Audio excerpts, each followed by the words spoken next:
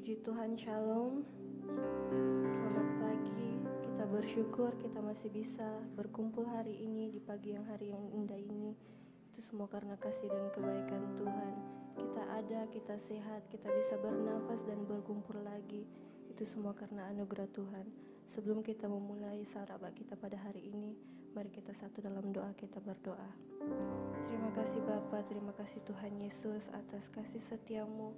Di sepanjang minggu ini Tuhan, kami bisa ada di tempat ini untuk berkumpul lagi Tuhan. Itu semua karena kasih anugerah-Mu. Sekarang Tuhan, kami akan memulaikan sarabak kami Tuhan. Biarlah Engkau yang bertahta di atas pujian kami, dari awal, pertengahan hingga akhir. Urapi kami Tuhan, berkati kami agar kami bisa menjadi berkat bagi semua orang. Terima kasih Bapa, hanya dalam nama Tuhan Yesus. Haleluya, amin.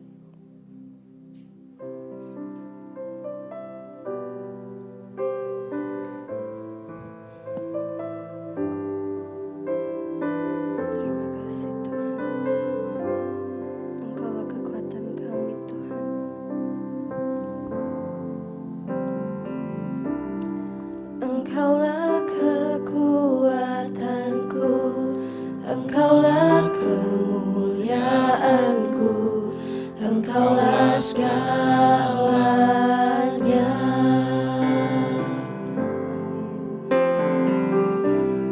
Engkau permata yang indah, takkan pernah ku lepaskan. Engkaulah segalanya.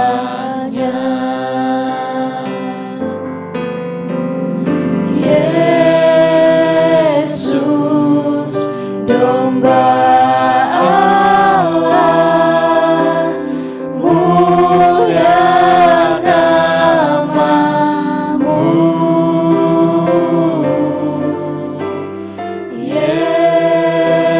Yesus, domba Allah, mulia namamu.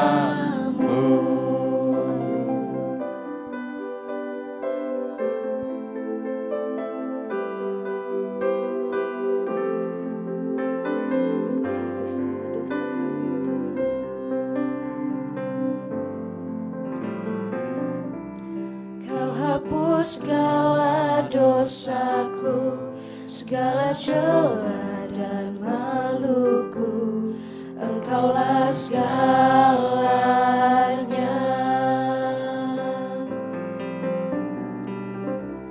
Saat jatuh kau angkatku, saat haus kau penuhiku. Engkaulah segalanya.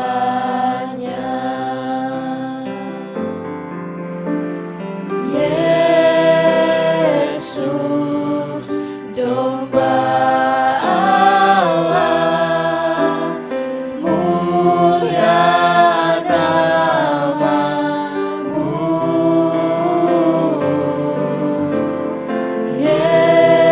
Yesus, domba Allah, mulia namamu.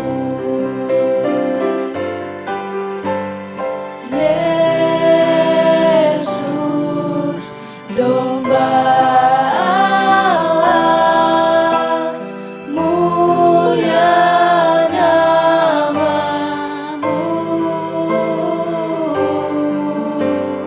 Yesus,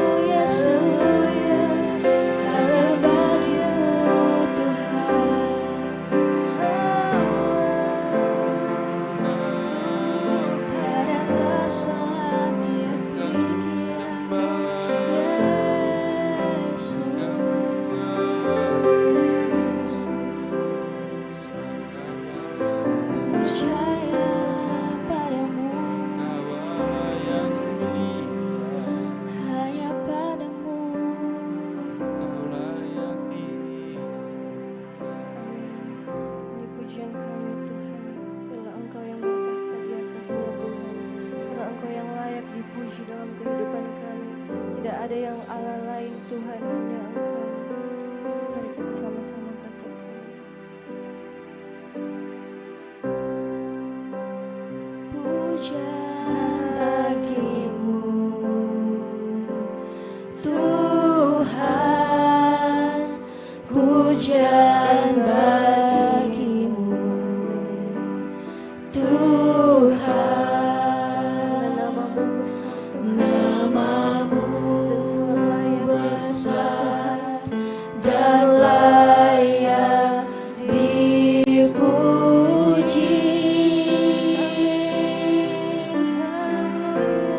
Nyanyian pujian bagimu Tuhan, pujian bagimu Tuhan, namamu besar dan layak dipuji.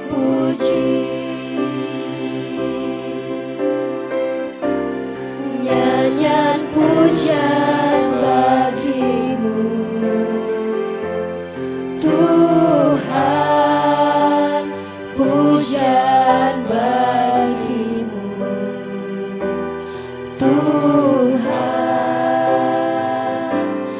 namamu besar dan layak dipuji.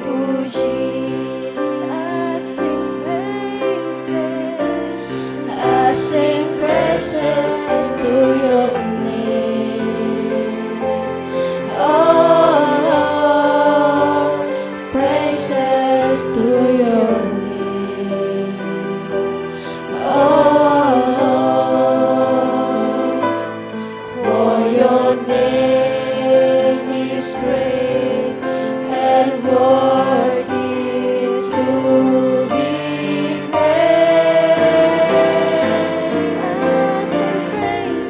I sing praises to your name, oh Lord, praises to your name,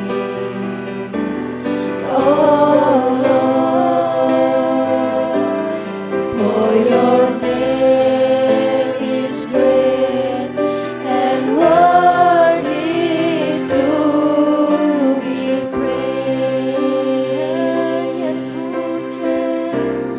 Nyanyian pujian bagimu Nyanyian pujian kami Tuhan, Engkau yang layak, pujian Engkau yang bagimu layak ditinggikan di dalam kehidupan kami Tuhan. Tuhan, Kami tidak tahu Tuhan seperti apa kami yang namamu menjalani hari-hari kami tanpa penyertaan besar dan Tuhan. layak Dalam kehidupan kami dipuji. kami tidak bisa balas Tuhan, tapi kami memberikan Nyanyian pujian bagimu karena Engkau menyertai kehidupan kami Tuhan ke depan. Tuhan, pujian bagimu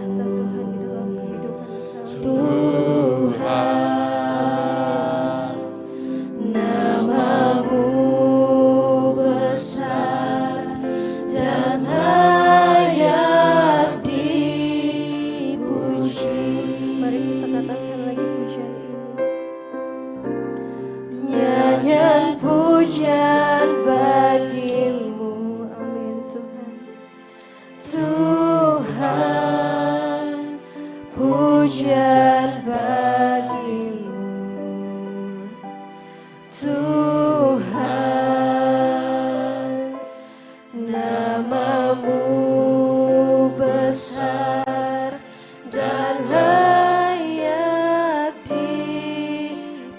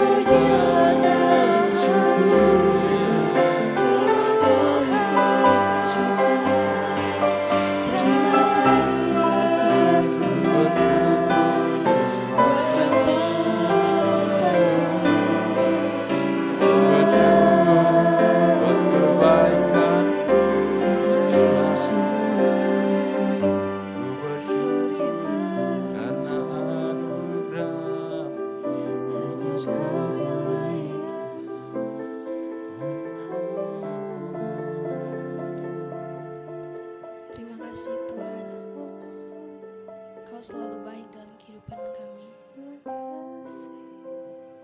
Apapun musim kehidupan kami percaya Tuhan bahwa Tuhan selalu ada bersama kami.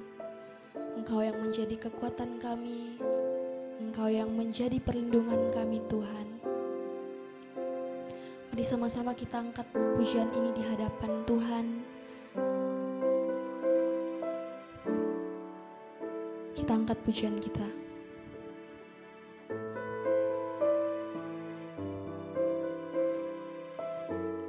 Hanya Engkau tempat perlindungan kami Tuhan. Hanya Kau tempatku berlindung, hanya Engkau laguku dan kekuatanku. Izinkanlah ku datang menyembah, membawa syukurku. Mari dengan segenap hatimu kita ulangi pujian kita dari awal. Hanya Kau tempatku berlindung, hanya Engkau laguku dan kekuatanku. Izinkanlah ku datang menyembah, membawa syukurku. Katakan sedalamnya hatiku, sedalamnya hatiku Kau pun tahu, dan kasih-Mu tak jauh dalam jiwaku. Di dalam kesesatan, di dalam kemenangan, ku tahu Engkau selalu bersamaku.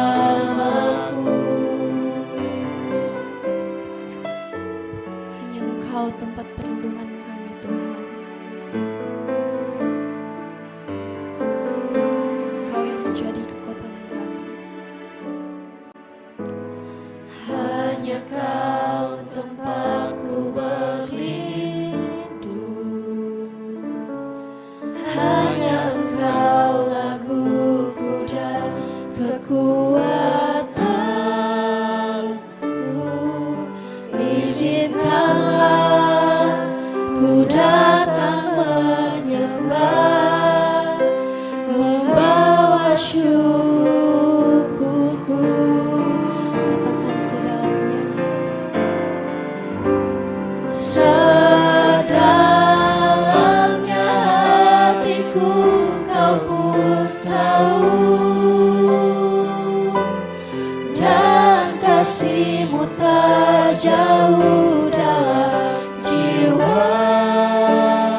katakan di dalam kesesakan, Di dalam kesesatan, di dalam kemenangan, di dalam kemenangan, ku tahu Engkau selalu bersamaku.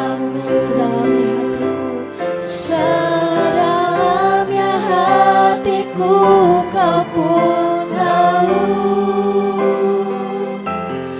dan kasih-Mu tak jauh dalam jiwaku.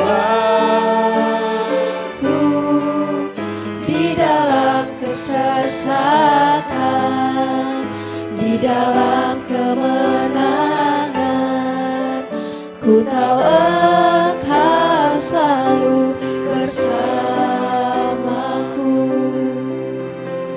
Sedalamnya hatiku Kau pun tahu, dan kasih-Mu tak jauh dalam jiwaku. Di dalam kesesakan, di dalam kemenangan, ku tahu Engkau selalu bersamaku. bersama. Katakan di dalam kesesakan. Di dalam kesesakan, di dalam kemenangan, ku tahu Engkau selalu bersamaku. Di dalam kesesakan, Di dalam kesesakan, di dalam kemenangan, ku tahu Engkau selalu bersamaku.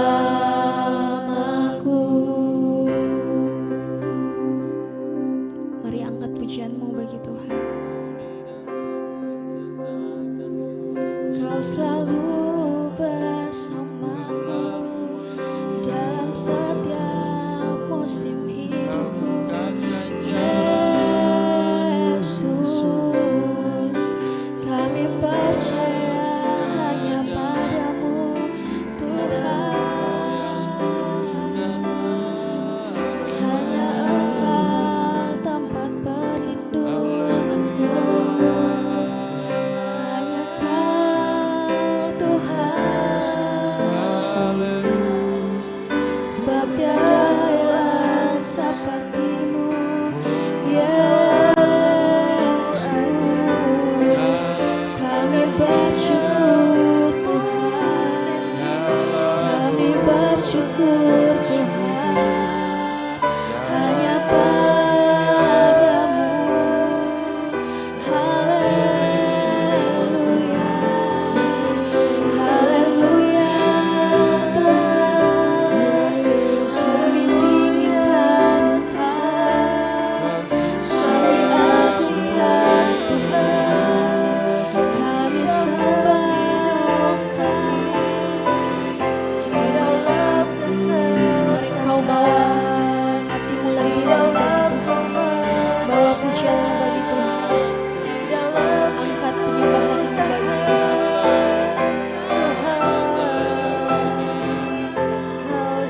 segala pujian kami hanya bagimu Yesus. Kami menyembahmu Tuhan, kami sembah Engkau.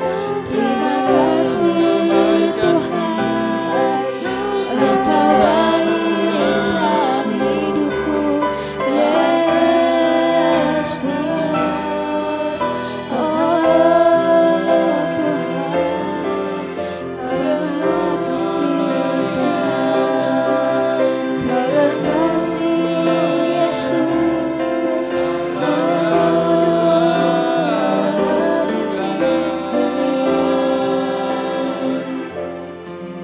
Kami bersyukur hanya bagimu.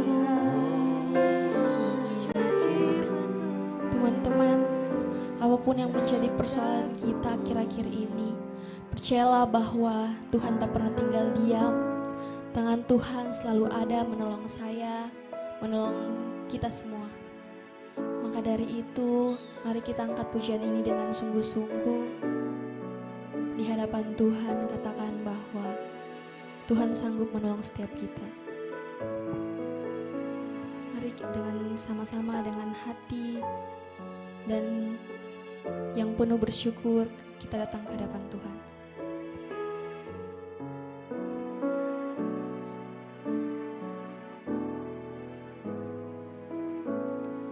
Kuatkanlah hatimu,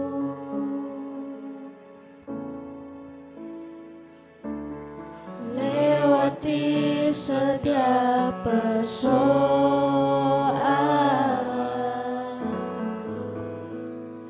Tuhan Yesus selalu menopangmu. Jangan berhenti harap padanya. Katakan Tuhan pasti sanggup. Tuhan pasti sanggup. Tangannya takkan terlambat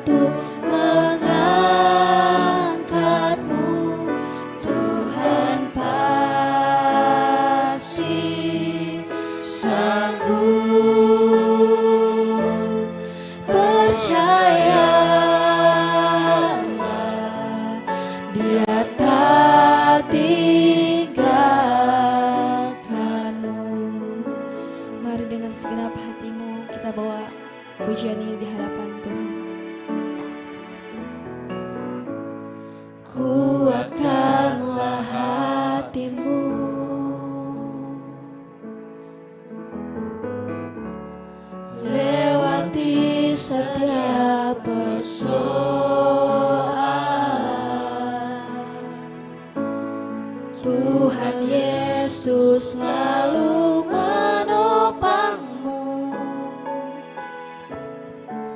Jangan berhenti harap padanya. Katakan Tuhan pasti sanggup. Tuhan pasti sanggup. Tangannya takkan terlambat untuk mengangkatku. Tuhan pasti sanggup. Percayalah, Dia tak tinggalkanmu. Tuhan pasti sanggup. Tuhan pasti sanggup. Tangannya takkan terlambat untuk mengangkatmu. Tuhan pasti sanggup. Percayalah, Dia tak tinggalkanmu. Percayalah, Dia tak tinggalkanmu. Katakan percayalah. Percayalah, Dia tak tinggalkanmu.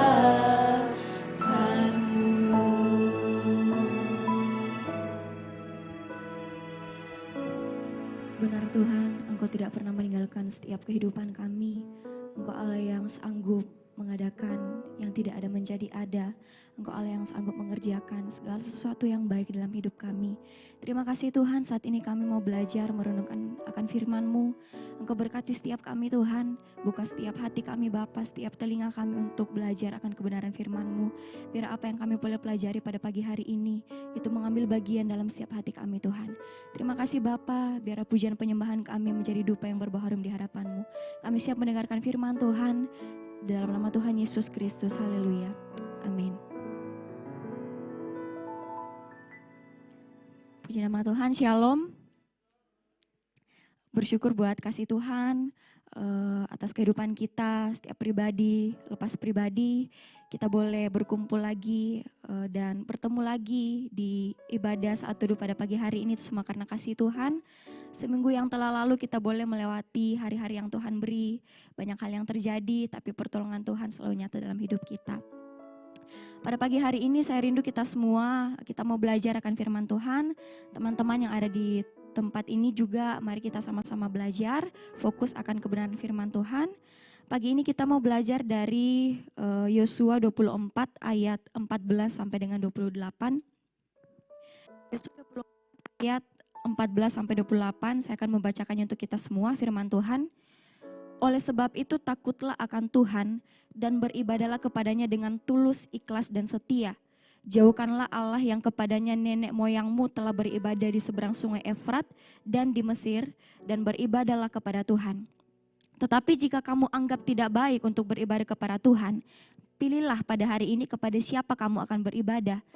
Allah yang kepadanya nenek moyang beribadah di seberang sungai Efrat, atau Allah orang Amori yang negerinya kamu diami ini. Tetapi aku dan seisi rumahku, kami akan beribadah kepada Tuhan. Lalu bangsa itu menjawab, jauhlah daripada kami meninggalkan Tuhan untuk beribadah kepada Allah lain. Sebab Tuhan Allah kita, Dialah yang telah menuntun kita dan nenek moyang kita dari tanah Mesir, dari rumah perbudakan, dan yang telah melakukan tanda-tanda mujizat yang besar ini di depan mata kita sendiri, dan yang telah melindungi kita sepanjang jalan yang kita tempuh dan di antara semua bangsa yang kita lalui. Ayat 18, Tuhan menghalau semua bangsa dan orang Amori penduduk negeri ini dari depan kita. Kami pun akan beribadah kepada Tuhan sebab Dialah Allah kita. Tetapi Yosua berkata kepada bangsa itu, tidaklah kamu sanggup beribadah kepada Tuhan sebab Dialah Allah yang kudus, Dialah Allah yang cemburu. Ia tidak akan mengampuni kesalahan dan dosamu. Apabila kamu meninggalkan Tuhan dan beribadah kepada Allah asing, maka Ia akan berbalik daripadamu dan melakukan yang tidak baik kepada kamu serta membinasakan kamu setelah Ia melakukan yang baik kepada kamu dahulu. Tetapi bangsa itu berkata kepada Yosua, tidak, hanya kepada Tuhan saja kami akan beribadah. Kemudian berkatalah Yosua kepada bangsa itu, kamulah saksi terhadap kamu sendiri bahwa kamu telah memilih Tuhan untuk beribadah kepadanya. Jawab mereka, kamilah saksi. Ia berkata, maka sekarang jauhkanlah Allah asing yang ada di tengah-tengah kamu dan condongkanlah hatimu kepada Tuhan Allah Israel.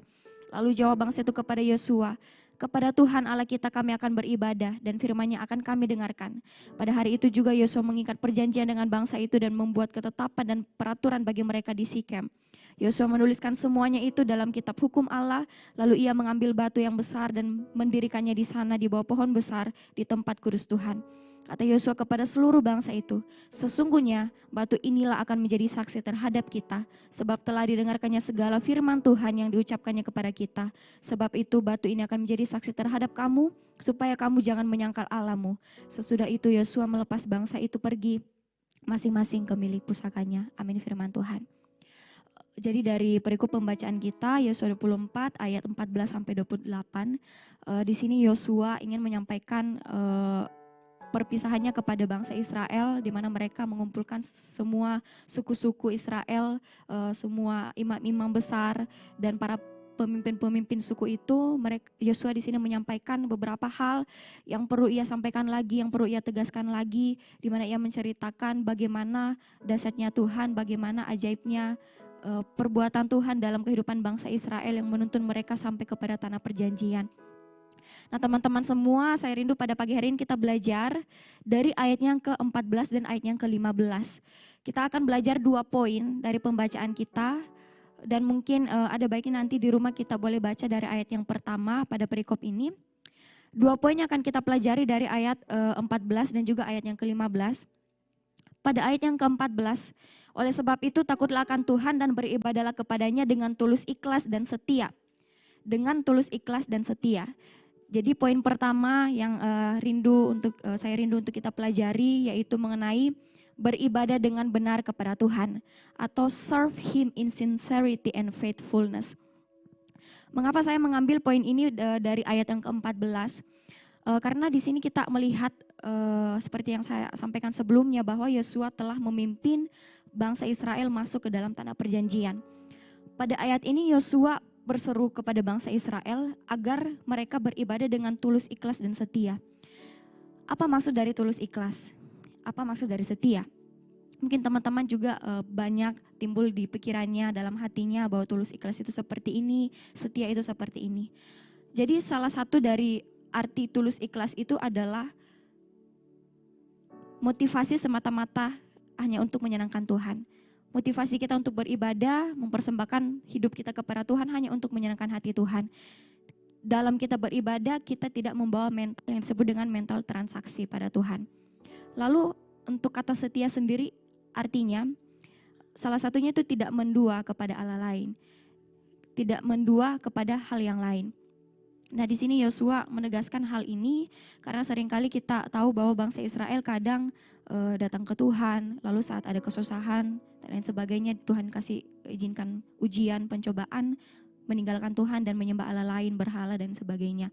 Jadi setia ini merupakan salah satu artinya itu tidak mendua kepada yang lain. Nah Yosua mengingatkan pada bangsa Israel untuk tidak menyembah Allah lain selain daripada Tuhan yang hidup. Selain tidak mendua, setia juga artinya terus mengembangkan milik pusaka yang Tuhan telah berikan. Nah untuk arti dari tulus, ikhlas, dan setia ini kita akan pelajari poin-poinnya ke bawah. Nah lalu kalau kita coba hubungkan poin beribadah dengan benar, beribadah dengan tulus, ikhlas, dan setia, serve God in sincerity and faithfulness. Kalau kita mau coba hubungkan dengan kehidupan kita atau hal-hal yang kita lewati, hal-hal yang kita alami, mengenai tulus ikhlas, berapa banyak dari kita semua, teman-teman yang di tempat ini, ataupun teman-teman yang menyaksikan tayangan ini melalui YouTube, berapa banyak sih dari kita yang kita datang ke gereja itu hanya untuk diberkati? Atau berapa banyak dari kita yang ke gereja kalau besoknya ada pelayanan? Berapa banyak dari kita kalau yang datang ke gereja saat besok baru ada tugas yang diberikan? Nah, kita seringkali terjebak dalam pemikiran seperti ini. Atau ada bahkan dari kita para pelayan yang kalau misalnya besok pelayanan, pada saat itu juga kita baru akan puasa.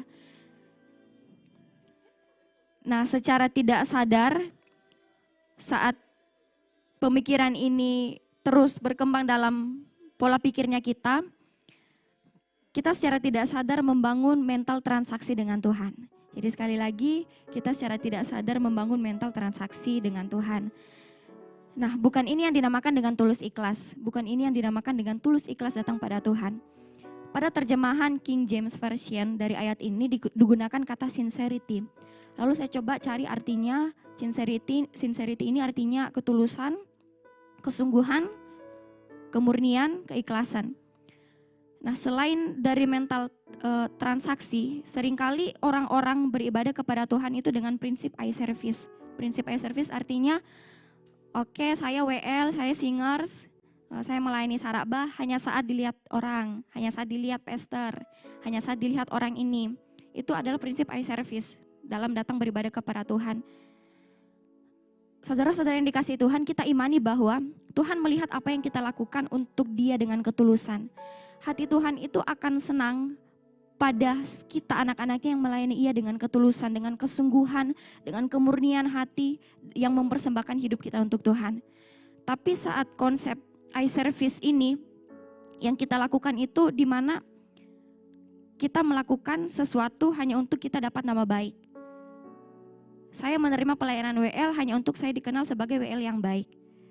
Saya melakukan sesuatu yang baik hanya untuk membuat nama saya baik. Nah, kalau konsep eye service ini terus kita terapkan dalam melayani, dalam beribadah, itu artinya kita menentukan reward sendiri atas apa yang kita lakukan. Kita menentukan upah sendiri atas apa yang akan kita lakukan. Kita memutuskan reward kita sendiri, upah yang akan kita dapat dari pelayanan yang kita lakukan. Jadi seperti yang saya sebutkan sebelumnya. Oke Tuhan, saya terima pelayanan. Oke Tuhan, Engkau kasih tanggung jawab seperti ini, saya akan lakukan. Tapi rewardnya, upahnya, nanti saya akan dikenal menjadi pelayanan ini, punya suara yang ini dan lain sebagainya. Nah, itu adalah prinsip eye service yang kita menerapkan upah kita sendiri atas apa yang kita lakukan. Kalau mental transaksi dan prinsip eye service ini masih ada dalam kehidupan kita, berarti kita tidak lagi dengan tulus ikhlas datang pada Tuhan.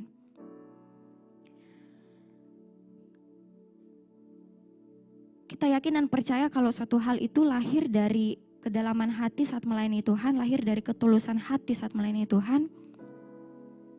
Saya pribadi, saya akan bilang, Tuhan, apapun yang kulakukan, apapun yang kuperbuat, saya rasa itu tidak akan cukup untuk membalas kebaikan-Mu dalam hidup saya.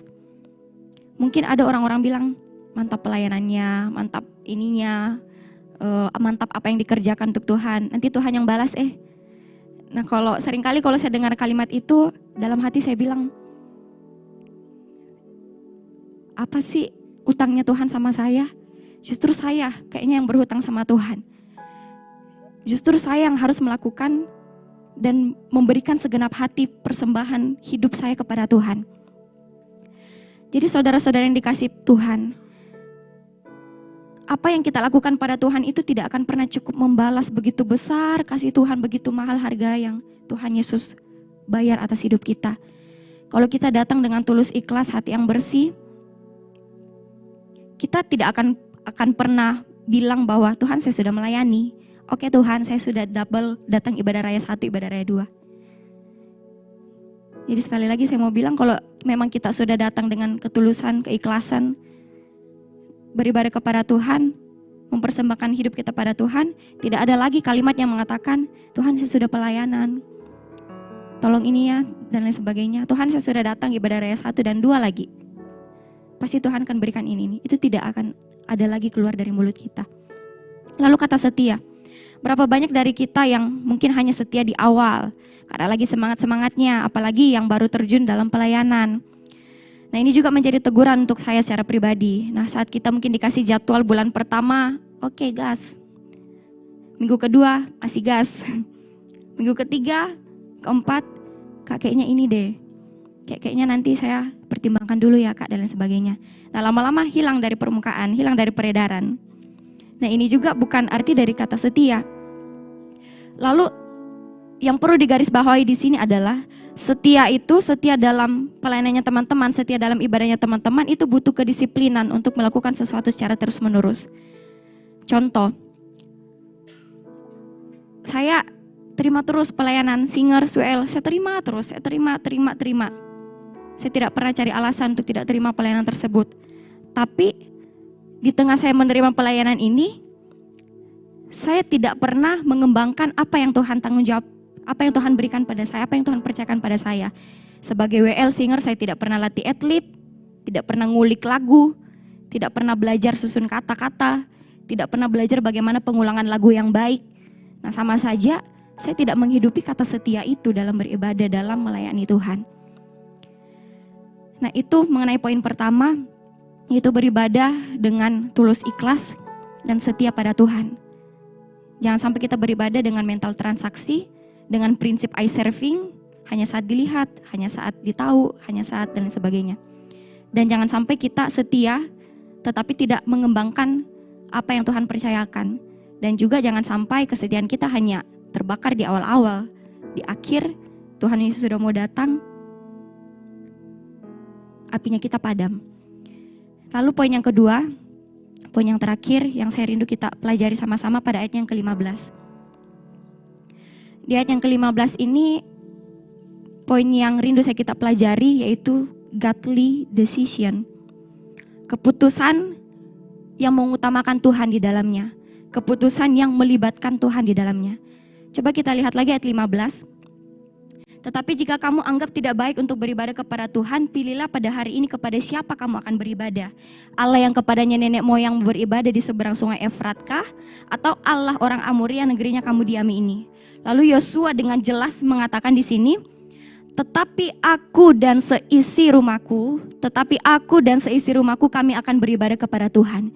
We will serve the Lord. Itu yang disampaikan Yosua kepada setiap orang, semua orang yang datang pada saat itu.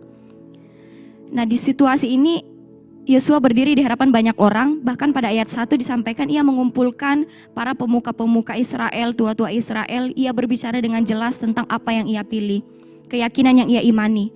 Dan Yosua menantang bangsa itu untuk menentukan pilihannya dan komitmen mereka. Dan dia membuat pilihan yang jelas dan juga mengatakan kalau sebenarnya kita bisa saja memilih kita mau menyembah Tuhan yang mana, kita mau menyembah Allah yang lain atau Tuhan yang benar. Nah tetapi Yosua dan keluarganya memilih untuk menyembah Tuhan. Pada ayat ini salah satu makna yang disampaikan yang saya baca dan coba renungkan, Yosua menyampaikan dan menantang, menyadarkan dan mengingatkan kembali bangsa Israel pada saat itu untuk menyembah hanya satu Tuhan. Karena sesungguhnya saat seseorang tidak tahu atau tidak bisa menentukan siapa yang mereka sembah, terkadang mereka datang ke Tuhan, ada kesulitan datang ke Allah lain, menyembah yang lain, berhala yang lain. Sesungguhnya orang-orang yang seperti itu sebenarnya mereka sedang tidak menyembah siapa-siapa. Mereka sedang tidak percaya pada siapa-siapa. Nah satu kalimat yang menarik, serve everything, kadangkala artinya serving nothing. Jangan sampai imannya kita masih bimbang. Kadang datang ke Tuhan, ada permasalahan, pindah. Menyembah Allah lain, berhala lain yang dijadikan berhala dalam hidupnya. Nah Yosua adalah orang yang menentukan di satu titik atau dasar mana ia harus berdiri. Dia ambil tanggung jawab akan hal itu karena dia tahu bahwa pilihan pertamanya akan mempengaruhi pilihan lainnya. Dan dalam hal keyakinan ia menyatakan bahwa Tuhan adalah satu-satunya Allah yang dia sembah dan ia akan melayani Tuhan dalam hidupnya. Kalau kita hubungkan lagi dengan kehidupan kita saat ini teman-teman, yang dikasihi Tuhan, yang berbahagia pada pagi hari ini, coba kita hubungkan dengan kehidupan kita. di luar pembahasan mungkin mengenai pilihan akan keyakinan. Nah, saya mau kita melihat bahwa di kehidupan ini kita diperhadapkan oleh banyak pilihan. Kita harus mengambil keputusan di kehidupan yang Tuhan beri. Saya, teman-teman semua tidak bisa bilang saya stand for everything, saya orangnya stand for everything. Karena saat kita diperhadapkan pada dua jalan untuk capai satu tujuan, saat itu kita tidak bisa memilih kedua-duanya untuk dilewati secara bersamaan untuk sampai pada tujuan itu. Jadi kita semua harus memilih salah satunya, entah jalan satu atau jalan dua. Nah, salah satu jalan ini itulah yang akan kita lewati untuk capai tujuan kita. Ada pilihan yang harus kita buat dalam hidup ini. Dan mungkin banyak kecemasan yang kita alami saat kita harus membuat pilihan. Seringkali kita khawatir atau overthinking. Kita menghindari bahkan karena overthinkingnya kita, karena kekhawatirannya kita, bahkan sampai-sampai kita tidak dapat membuat suatu pilihan itu. Kita tidak bisa menentukan prioritas itu. Tentu kalau kita berbicara mengenai pilihan berarti berbicara mengenai prioritas, apa yang menjadi prioritas dalam yang kita pilih. Dan mungkin kita temui orang-orang atau bahkan kita sendiri, kita sering berkata, kalau saya daftar ini kayaknya tidak lulus deh. Kalau saya pilih ini nanti kayaknya tidak cocok. Kalau saya ikut training ini, takutnya saya tidak sanggup. Kalau saya pergi kegiatan ini, playground mungkin, atau fellowship, takut kak deh nanti tidak ada yang bicara kak di sana. Nah, itu contoh kecil sebenarnya. Saat kita overthinking atau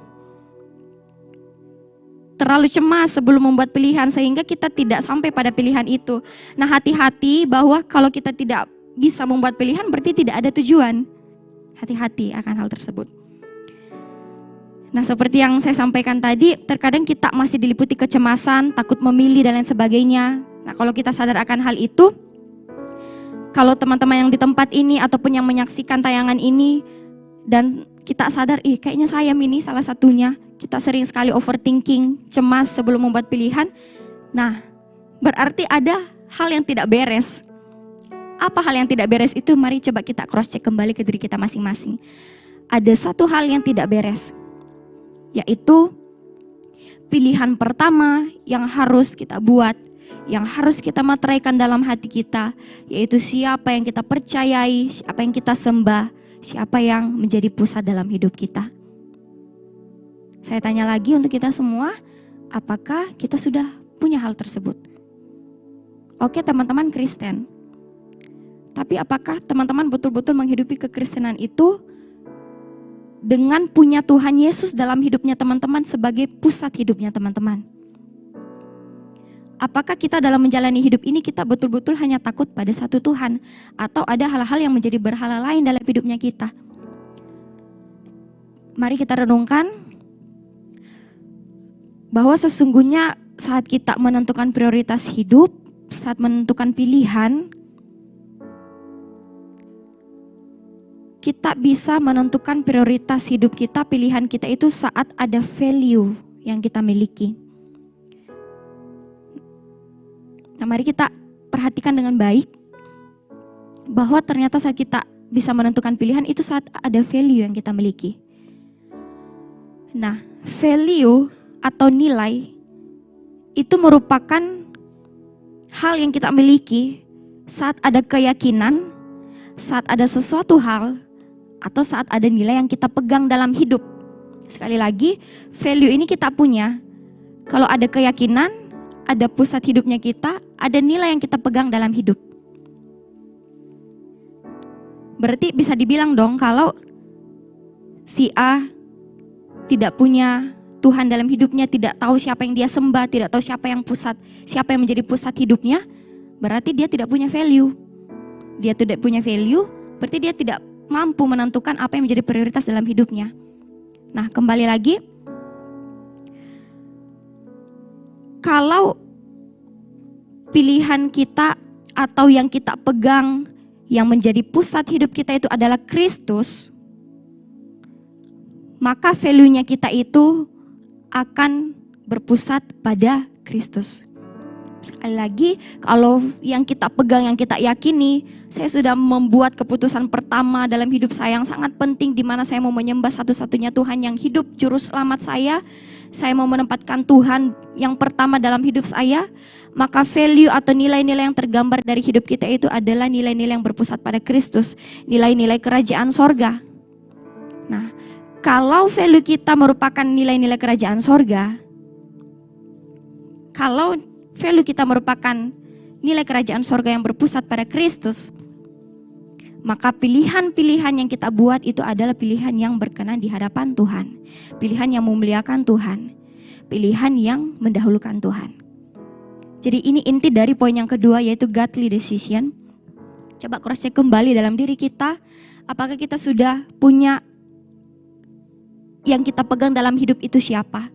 Apakah Tuhan atau hal lain? Nah, kalau kita yakini bahwa kita sudah memutuskan untuk menyembah Tuhan, berarti kita imani dan yakini bahwa value kita adalah value yang berpusat pada Kristus. Value yang berpusat pada Kristus yang di dalamnya tergambar nilai-nilai kerajaan sorga akan membantu kita untuk menentukan pilihan. Nah, pilihan-pilihan yang akan teman-teman ambil itu adalah pilihan-pilihan yang memuliakan Tuhan. Menutup perenungan kita pada pagi hari ini, saya ditegur kembali dan juga coba renungkan, Tuhan itu baik dalam hidup saya, karena saat saya ada melenceng sedikit lagi, Tuhan kasih ingat lagi lewat firman-Nya, dan saya percaya firman itu adalah pedang bermata dua yang saya sampaikan kepada teman-teman, dan dia juga menusuk kedalaman jiwa saya secara pribadi. Nah, jadi saat dikasih pelayanan ini, nah cerita saya ini berkaitan lagi dengan 2 poin yang kita pelajari, yaitu beribadah kepada Tuhan dengan tulus ikhlas, dan yang kedua itu godly decision. Nah, yang jadwal pelayanan Saraba itu kan keluar hari Kamis. Kamis. Nah, minggu ini tuh saya lagi dibantai-bantainya sama ujian. Nah, kalau saya kesaksian ya tidak jauh dan tidak lari dari kehidupan perkuasaan. Nah, minggu ini saya lagi dibantai-bantainya sama ujian itu. Ujian teori, ujian praktek. Ujian saya itu di hari Rabu dan hari Jumat. Jadwal pelayanan keluar dong hari Kamis. Saya baca, saya merenung dulu. Wow, Tuhan kasih lagi sharing firman Tuhan. Saya merenung, saya baca, saya hampir chat Ayu. Kayaknya saya tidak bisa diambil pelayanan yang hari Sabtu. Karena setelah jadwal ujian itu kan ujian Rabu, dikasih waktu belajar Kamis untuk ujian Jumat. Nah, yang tidak lolos di Rabu dan Jumat itu remedial di Sabtu hari ini. Nah, datanglah kemanusiaan saya, kekhawatiran saya. Saya mau bilang sama Ayu, minta tolong digantikan karena saya mau fokus belajar. Saya belum hafal apa-apa, banyak penyakit yang saya belum hafal. Itu hampir saya chat Ayu seperti itu. Tapi Tuhan tegur, Tuhan ingatkan saya. Dan berkaitan pada poin yang kedua, yaitu godly decision. Di sini saya belajar menentukan pilihan saya. Saya kayak khawatir akan tidak lolos. Saya bilang ke Ayu, enggak aku ambil lah, karena siapa tahu enggak lolos ke ujian, remedial ke ujian, otomatis enggak bisa kedatang Saraba pagi, karena saya harus standby di rumah sakit remedial jam 7, kalau saya enggak lulus. Tapi kayak saya ditegur lagi, iya ya, ini saya tentukan pilihan saya berdasarkan Tuhan yang menjadi prioritas saya atau kedagingan saya. Akhirnya saya ditegur Tuhan, saya merenung, kayak saya diingatkan sama Tuhan kayak, hal apa lagi yang kubuat untuk kamu dan sudah kau saksikan kemahakuasaanku, sudah saksikan perbuatanku yang ajaib di setiap ujian-ujianmu. Kenapa? Karena hal yang belum pasti, kayak kekhawatiranku, kayaknya kalau saya ambil ini pelayanan, nanti tiba-tiba saya remet, enggak mungkin saya pas sharing dipanggil tiba-tiba ke rumah sakit pagi-pagi. Nah, itu kekhawatiran saya sebagai manusia. Tetapi saya belajar untuk godly decision ini, itu saya hidupi. Saya tanya Ayu, saya berdoa, bilang Tuhan, saya ambil pelayanan ini untuk hari Sabtu. Apapun yang terjadi nanti hasil ujiannya, saya berserah pada Tuhan. saya belajar mengutamakan Tuhan.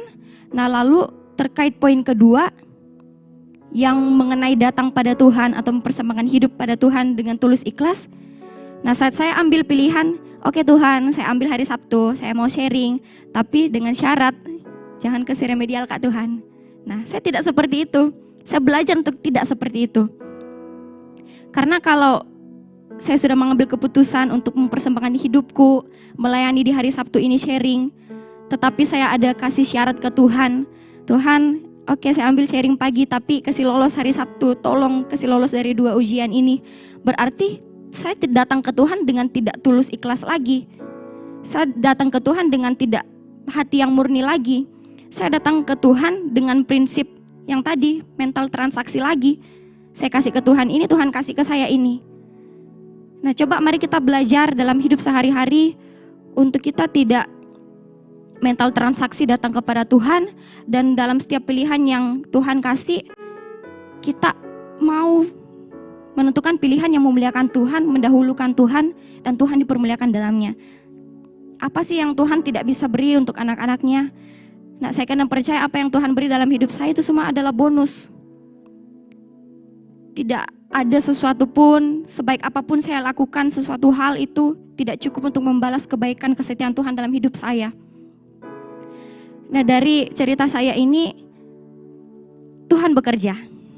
Ajaib Tuhan, karena saya mau belajar menentukan pilihan saya tetap prioritaskan Tuhan, saya mau melayani, apapun yang terjadi, kalaupun remedial Tuhan, pasti Tuhan atur di jamnya itu, selesai jam saraba saya akan ke rumah sakit. Kalaupun Tuhan kasih lolos, itu terserah Tuhan. Itu bonus daripada Tuhan. Itu terserah Tuhan. Itu kebaikan yang Tuhan kerjakan dalam hidup saya. Saya tidak menuntut lolos ujian saya tidak menuntut Tuhan kerjakan ini saat saya melayani dia, saya tidak melakukan hal tersebut. Nah, mari kita belajar hari lepas hari semakin disempurnakan akan hal tersebut. Dan puji Tuhannya, pengumuman keluar.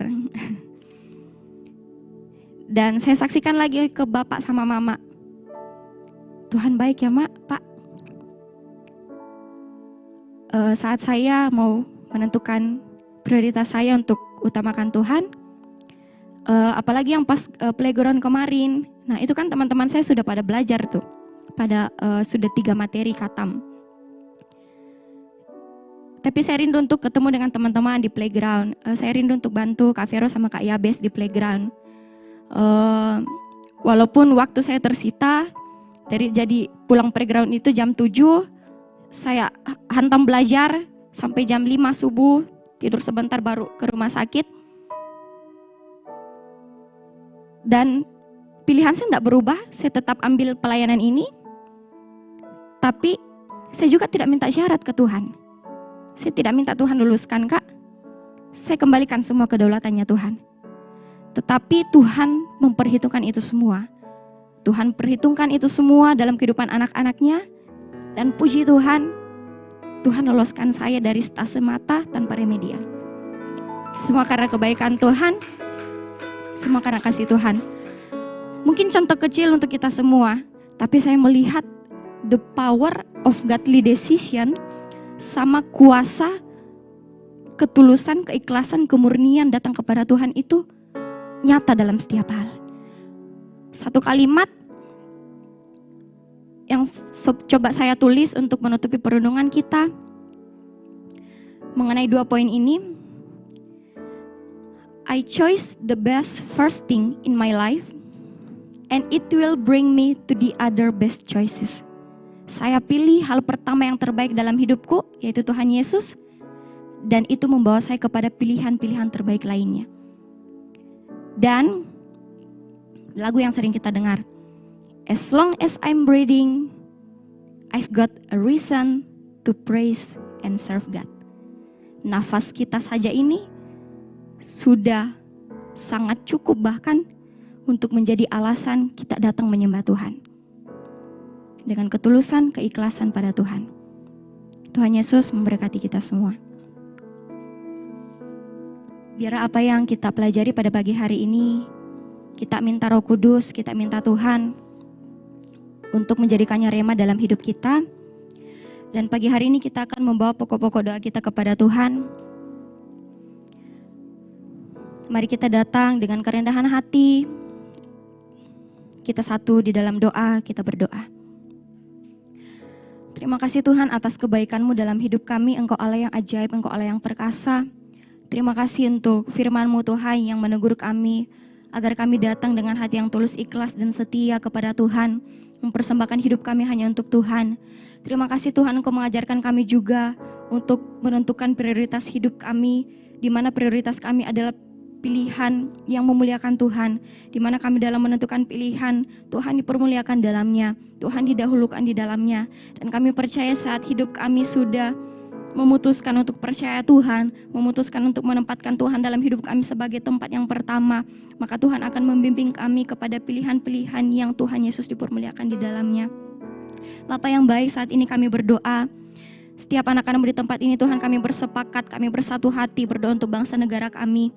Berdoa untuk setiap pemimpin-pemimpin yang Tuhan percayakan di bangsa ini. Biar otoritas daripada surga-Mu Tuhan nyata atas kehidupan mereka. Berikan mereka hikmat kebijaksanaan daripada Tuhan untuk memimpin bangsa ini Tuhan. Apapun yang terjadi di bangsa ini Tuhan, kami percaya semuanya dalam kendali Tuhan. Apapun yang Tuhan izinkan terjadi di bangsa ini, kami percaya tidak lepas dari campur tangan Tuhan. Dan Bapa, kami berdoa setiap pembangunan ataupun setiap rancangan yang para anak-anak-Mu rencanakan di bangsa ini Tuhan, biar boleh jadi sesuai dan sesuai dengan kehendak Tuhan. Bapa yang baik, saat ini kami juga berdoa untuk pemimpin rohani kami, mulai dari ketua sinode, ketua BPD sampai dengan ibu gembala di tempat ini. Engkau berkati kehidupan mereka Tuhan. Apapun yang menjadi tanggung jawab mereka Tuhan, apapun yang menjadi pergumulan mereka, Tuhan Yesus memampukan. Tuhan Yesus berikan kesehatan, kekuatan dalam menghidupi panggilan pelayanan mereka dalam hidup mereka. Dan kami berdoa Tuhan untuk setiap anak-anak-Mu, bahkan kami yang ada di tempat ini, yang menyaksikan tayangan ini Tuhan. Dan bahkan setiap kami Tuhan yang akan menonton tayangan ini juga, biarlah hadirat-Mu nyata dalam setiap kehidupan kami Tuhan. Biar kebaikan Tuhan semakin nyata dalam setiap kehidupan kami. Dan kami percaya Tuhan, apapun yang kami perbuat, kami mau belajar untuk melakukan semuanya seperti untuk Tuhan. Bapa yang baik, saat ini kami juga berdoa, tetap berdoa Tuhan, biarlah penuaian jiwa senantiasa terjadi di gereja kami. Biarlah penuaian jiwa-jiwa yang rindu dan haus akan Tuhan memenuhi gereja ini Tuhan. Dan biarlah Tuhan semuanya hanya untuk kemuliaan nama Tuhan saja. Dan kami berdoa Bapa, biarlah Engkau mengirim pekerja-pekerja-Mu Tuhan untuk menuai jiwa di gereja ini, di GBO Ekumene ini Bapa. Dan Tuhan, kami berdoa juga Engkau memperlengkapi setiap kami pelayanan-pelayanan-Mu Tuhan. Engkau memperlengkapi kami Tuhan dengan apa yang Tuhan izinkan terjadi dalam hidup kami, dengan talenta yang Tuhan izinkan kami miliki. Biar kami semuanya mengembangkan untuk kemuliaan nama Tuhan. Berikan kesetiaan, kami mau belajar untuk setia Tuhan. Dan dalam kesetiaan kami mau belajar untuk mengembangkan apa yang Tuhan percayakan pada kami. Bapa yang baik, kami berdoa saat ini juga untuk seluruh jemaat-Mu Tuhan. Jemaat GBO Ekumene dimanapun mereka berada, yang ada di Makassar maupun di luar kota. Kami percaya Tuhan kasih-Mu senantiasa menyertai kehidupan mereka. Kami percaya Tuhan tangan kasih-Mu Tuhan, tangan perlindungan-Mu Tuhan tidak pernah meninggalkan kehidupan mereka. Dan Bapa, apapun yang menjadi pergumulan jemaat-Mu Tuhan, Engkau hadir memberikan jalan keluar. Apapun yang menjadi pergumulan Tuhan, beban umat-Mu Tuhan, Engkau berikan kelegaan dalam kehidupan mereka. Bapa yang baik, saat ini kami juga berdoa untuk setiap kegiatan-kegiatan kami Tuhan di gereja ini. Apapun yang kami kerjakan untuk Tuhan, kami serahkan semuanya untuk Tuhan. Apapun yang menjadi rencana kami Tuhan, Engkau yang campur tangan Bapa. Biar kami melakukannya di mana nama Tuhan Yesus saja yang dipermuliakan. Kami berdoa Tuhan untuk ibadah raya 1, ibadah raya 2, mesbah keluarga, ground, fellowship kami, training kami Tuhan. Dan setiap kegiatan kami Bapa, biar Engkau turut campur di dalamnya. Bapa yang baik, kami berdoa juga untuk teman-teman pengurus di gereja ini, bahkan anak-anak-Mu Tuhan, jemaat-jemaat-Mu yang menjadi pengurus gereja ini. Kau berikan hikmat kebijaksanaan daripada-Mu Tuhan. Berikan mereka kesatuan hati Bapa, kasih mula-mula Engkau nyatakan, sehingga kami boleh melayani Tuhan dengan segenap hati kami. Dan Tuhan, saat ini kami berdoa, tetap berdoa untuk rencana kami membuka ibadah raya yang ketiga. Biar Engkau campur tangan di dalamnya Bapa, Engkau mengirim para pekerja-Mu Tuhan. Apapun yang menjadi rencana kami, Engkau akan menyediakannya Tuhan. Apapun yang menjadi kebutuhan kami, Engkau akan menyediakannya. Kami berdoa Tuhan untuk mentor rohani kami di tempat ini, untuk Kak Debbie, untuk Kak Esra, Untuk anaknya Dev Tuhan, Engkau berkati kehidupan mereka, pelayanan mereka ada di dalam tangan Tuhan. Banyak jiwa dimenangkan melalui pelayanan hamba-Mu Tuhan di tempat ini. Apapun yang menjadi kebutuhan mereka Engkau cukupkan Tuhan. Yang menjadi pergumulan mereka Engkau sumber jalan keluarnya Bapa. Pertumbuhan anaknya Dev ada di dalam tangan Tuhan. Dan saat ini kami bersama-sama menopang teman kami Tuhan yang sedang dalam kelemahan tubuh. Dimanapun mereka berada Engkau berikan kesembuhan Tuhan. Engkau dokter di atas segala dokter Bapa. Engkau sanggup mengangkat sakit penyakitnya. Dan biar kami boleh bertemu dalam hadirat-Mu. Bapak, kami terkhusus berdoa pada pagi hari ini untuk teman kami Feli yang sementara dirawat di rumah sakit Tuhan. Engkau sembuhkan sakit penyakitnya Bapa. Setiap obat yang dikonsumsi, setiap obat yang masuk ke dalam tubuhnya, kami percaya Tuhan itu membawa kesembuhan. Setiap tangan-tangan para medis Tuhan, setiap tindakan yang ia dapat kami percaya itu mendatangkan kesembuhan dalam hidupnya. Dan biarlah teman kami Feli ini Tuhan mengandalkan Tuhan sebagai satu-satunya sumber kesembuhan. Terima kasih Bapa yang baik, terima kasih Tuhan Yesus. Engkau sangat baik dalam hidup kami Tuhan. Terlampau banyak ingin kami sampaikan kepadamu Bapa, tapi kami percaya Engkau Allah yang lebih dulu mengetahuinya. Kehidupan kami sepanjang hari ini kami serahkan ke dalam tangan-Mu Tuhan. Setiap aktivitas kami serahkan ke dalam tangan-Mu. Biar apa yang kami lakukan menyenangkan hati Tuhan. Duduk berjalan hidup kami Bapa, kami serahkan semuanya ke dalam tangan-Mu. Terima kasih Tuhan, ini doa kami. Dan kami percaya Engkau akan menjawabnya tepat pada waktu-Mu yang terbaik. Hanya di dalam nama anak-Mu Tuhan Yesus Kristus, Tuhan yang juru selamat kami yang hidup, yang telah mengajarkan kami doa sempurna secara demikian.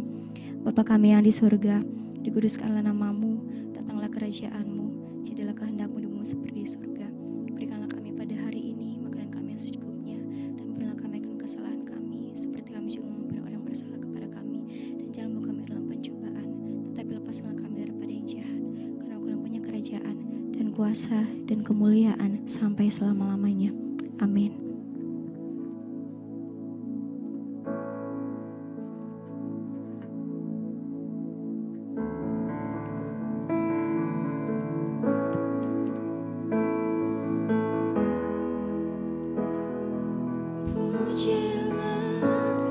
Tuhan Yesus ditinggikan di atas pujian,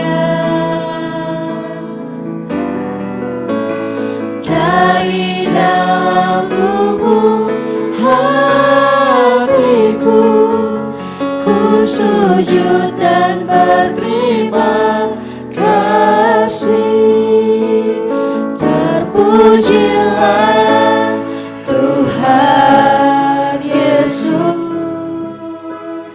ditinggikan di atas pujian.